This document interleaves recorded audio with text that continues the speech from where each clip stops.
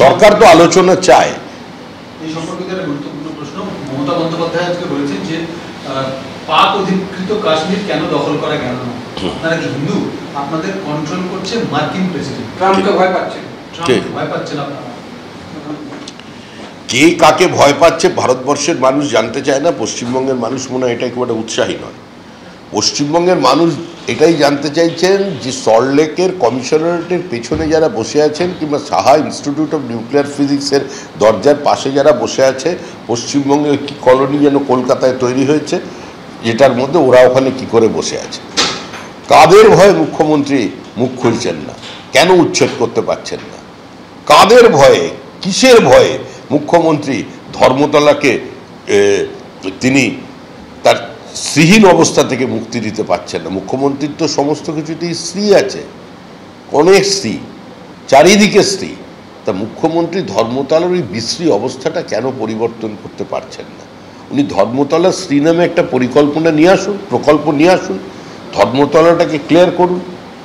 এত প্রাচীন একটা জায়গা, যার একটা নিজস্ব ঐতিহ্য আছে, সেটাকে উনি পরিষ্কার করে দিন। আমরা তো এটাই চাই। তারপরে উনি ওইসব আজাদ কাশ্মীর বলবেন। মুখ্যমন্ত্রীর এ ধরনের বিবৃতি দেওয়ার অর্থ হলো এগুলো পাকিস্তানের সংবাদপত্রে ছাপা হবে, এটা ভারতীয়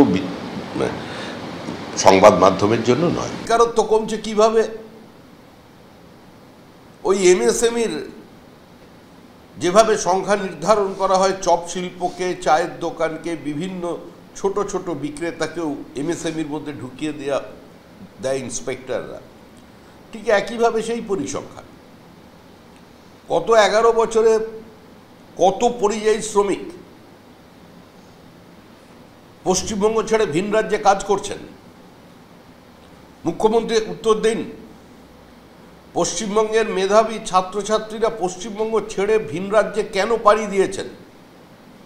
সামান্যতম আর্থিক সচ্ছলতা থাকলে উচ্চ মাধ্যমিক পরীক্ষার পর আজকে অভিভাবকরা তাকে ভিন রাজ্যে পাঠিয়ে দেবার ব্যবস্থা করছেন।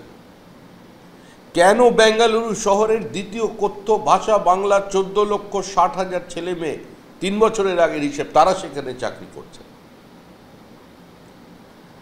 তৃণমূল কংগ্রেসের আমলে কত মানুষ ঘর ছাড়া হয়েছে?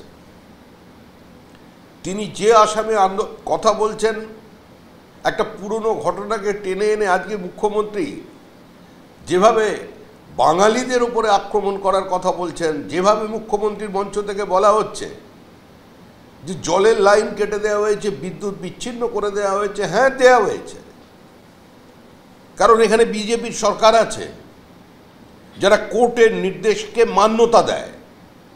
কোর্টের নির্দেশ নিয়েই আজকে ওই পুঁথি গন্ধময় যে অবস্থাটা সেখানে তৈরি হয়েছিল, এবং সেখানে একটি লাইন থেকে যেভাবে বিভিন্ন জায়গায় বিদ্যুৎকে ছড়িয়ে দেওয়া হয়েছিল, কাটা হয়েছে।